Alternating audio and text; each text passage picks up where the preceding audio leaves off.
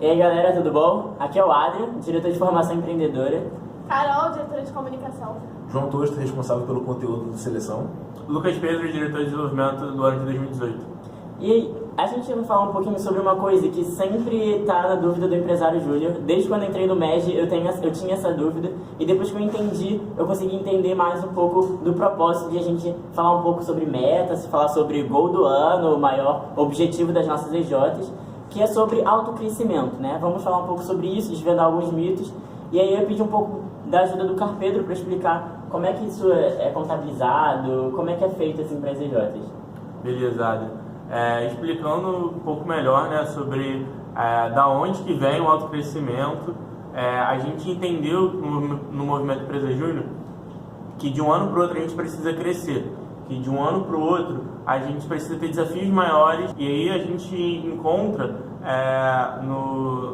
nos índices do cluster, né, nos fundamentos do cluster, justamente esse estímulo para o crescimento, essa vontade de, cara, ser a melhor versão de si mesmo ano após ano. E aí a gente tem na Rio Júnior EJs que tem se provado cada vez mais que conseguiram ser a melhor versão de si mesmo. Mas beleza, né? Pô, como que eu consigo ser a melhor versão de eu mesmo? Por que eu preciso ser a melhor versão de mim mesmo? Cara, primeiro, o porquê disso tudo, né? A gente viu que muitas EJs no passado faturavam ali a mesma quantia ano após ano, aumentando R$1.000, R$2.000, às vezes R$3.000 de um ano para o outro. E a gente viu que, cara, empresas do mercado sênior, né, que são sempre os nossos espelhos, crescem muito mais, assustadoramente 20%, 30%, quiçá 50%. A gente falou, cara, e se o MEG crescesse, né? E daí que surgiu toda essa ideia. Acho que um ponto bom e importante a gente ter em mente é que as metas de autocrescimento não são metas da federação para as EJs ou da confederação para as EJs. São metas que naturalmente surgem por a gente fazer parte do movimento Empresa Júnior durante esse ano, né? E uma coisa também que é bom a gente esclarecer, Carpedro, eu até pedir um pouco da sua ajuda para isso, é explicar como é distribuída esses indicadores do autocrescimento para as EJs durante o ano. Tem um lance de farol, acho que muita gente confunde, não entende muito bem o propósito do farol, o que significa cada faixa, assim, poderia explicar pra gente? A gente encontrou no farol uma forma de ajudar as empresas juniores a distribuir esse esforço ao longo do ano, para não chegar em dezembro e ficar correndo atrás de projeto, desesperado. Então, puta, fechei 20 projetos em dezembro. Pô, super legal fechar 20 projetos. Mas se a gente tivesse distribuído isso ao longo do ano, e se a gente tivesse feito esses 20 projetos durante o ano inteiro? Então, o farol é justamente para isso. E aí a gente encontrou 3 métricas, né? A métrica verde é de quem está mandando bem, então quem está conseguindo distribuir esse esforço ao longo do tempo. A métrica amarela é aquelas pessoas que estão um pouco mais inconstantes, mas ainda assim conseguem dar um gás maior, conseguem dar um esforço maior e voltar para o desdobramento. E por fim também tem o farol vermelho, então é aquela galera que tem que acordar. Acho que um ponto legal de pensar é que quando a gente fala em fechar projetos, distribuir durante o ano, não é só fechar projetos. A gente sabe que as EJs têm uma capacidade também de produção interna, né? Então, por exemplo, tem tantos projetos alocados, tantas pessoas, e a gente, como empresa júnior, existe para que essas pessoas façam esses projetos, né? A gente existe para proporcionar vivência empresarial para as pessoas. A gente acredita que é dessa maneira, com projetos, que a gente consegue formar melhores pessoas, enfim. É nisso que a gente acredita como movimento. Então, se você, em hipótese, digamos assim, somente projetos de setembro para frente, o que você fez nesse tempo anterior? Assim? Será que você conseguiu desenvolver as pessoas? É claro que a EJ desenvolve as pessoas de N maneiras, mas a maior fonte de desenvolvimento são os projetos. Então, estar vendendo também está muito em paralelo com estar executando, né? Então, pensar, cara, eu estou vendendo, eu estou no linear não só na minha capacidade de vendas, que é uma capacidade que por si só também desenvolve muito, mas também na minha capacidade enquanto empresa de estar fazendo a minha atividade fim, porque a atividade fim de qualquer empresa é prestar um serviço, vender um produto, enfim, é para isso que empresas existem. E a empresa júnior não é diferente por ser júnior, pelo contrário, ela tem que estar alinhada a isso. O mais interessante é que a meta de autocrescimento ela é composta tanto com faturamento quanto com projetos. E aí a gente precisa estar acima dos dois para a gente estar no farol verde, por exemplo. Então, o farol nada mais é do que traduzir se a EJ está conseguindo ou não distribuir o esforço ao longo do tempo. E aí não adianta a gente simplesmente performar muito bem, por exemplo, em projetos e não performar tão bem assim em faturamento. A gente tem que performar tão bem quanto nos dois.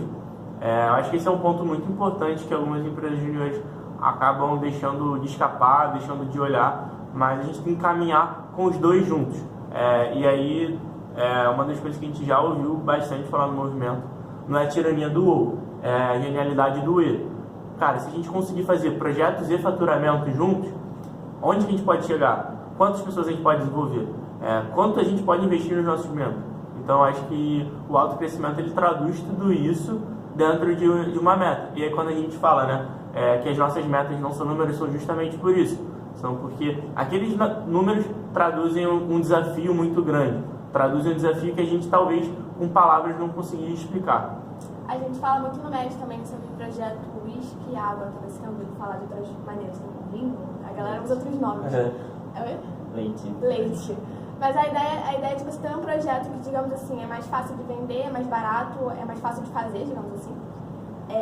Que você pode vender em quantidade e ter projetos que, entre aspas, desenvolvem mais os membros, são mais difíceis de vender, mais difíceis de alcançar o cliente.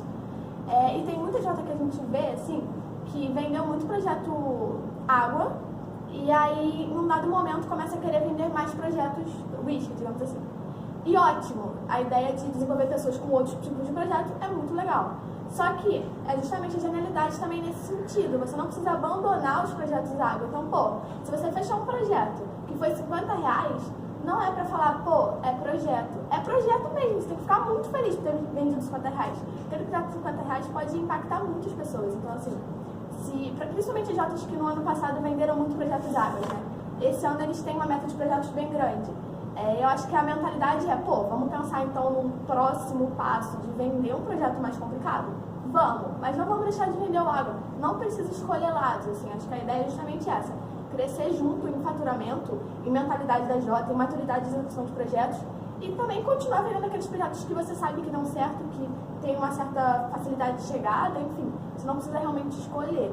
Tudo isso vai desenvolver você de alguma maneira. Isso. E uma parte importante é que muitas das vezes esses projetos água abrem portas para projetos leite, projetos do whisky. Na minha Jota, e só contando um caso, a gente tinha um projeto super barato, que desencadeou no maior projeto do ano. Então, a gente enxergou naquele cliente, naquela pessoa, um potencial de fazer outros projetos, ou até mesmo indicar. E aí a nossa estratégia naquele momento foi aceitar o projeto, até mesmo o ticket era inferior, mas a gente falou, cara, a gente consegue trazer novos projetos daqui, a gente consegue impactar positivamente esse cliente, e aí a gente enxergou. Isso é uma porta de entrada para a gente. E aí, muitas das coisas que eu vejo como projeto água são portas de entrada para outros serviços. São conhecimentos que você vai desenvolver para executar um outro projeto de uma complexidade maior. E essa cultura de execução, de vender, estar fazendo, estar ativo, é muito importante, tanto para o engajamento dos membros quanto para o resultado do EJ. Eu acho que, fazendo um link também com o que a galera falou aqui, a gente tem que pensar que o projeto é uma maneira da gente se capacitar e da gente se desenvolver quanto pessoa. Então, tudo que a gente gasta de tempo, de reunião, de pessoas envolvidas nesse processo é válido para a gente. Mesmo que seja trabalhoso, às vezes mesmo que seja um pouco difícil da gente levar isso no dia a dia, é válido, porque esse que vai ser o resultado que a gente vai colher no final das contas. E a gente, quanto federação, está aqui para cumprir esse papel também de auxiliar as EJs com conteúdo, com artigos, com vídeos, com bate-papo. Então a gente também está fazendo esse papel aqui de facilitadores para que o caminho fique um pouco mais fácil para as EJs baterem o autocrescimento. Sem dúvida é um desafio, sem dúvida é algo que tira a gente da zona de conforto, mas a gente só consegue de fato crescer e superar os nossos limites quando a gente é desafiado, e o desafio tem que ser algo que vai de fato tirar a gente da nossa zona de tranquilidade. Então, enquanto federação, a gente está aqui para ajudar cada uma EJ desse estado a conseguir suas metas, a crescer consistentemente. Esse é o nosso propósito maior.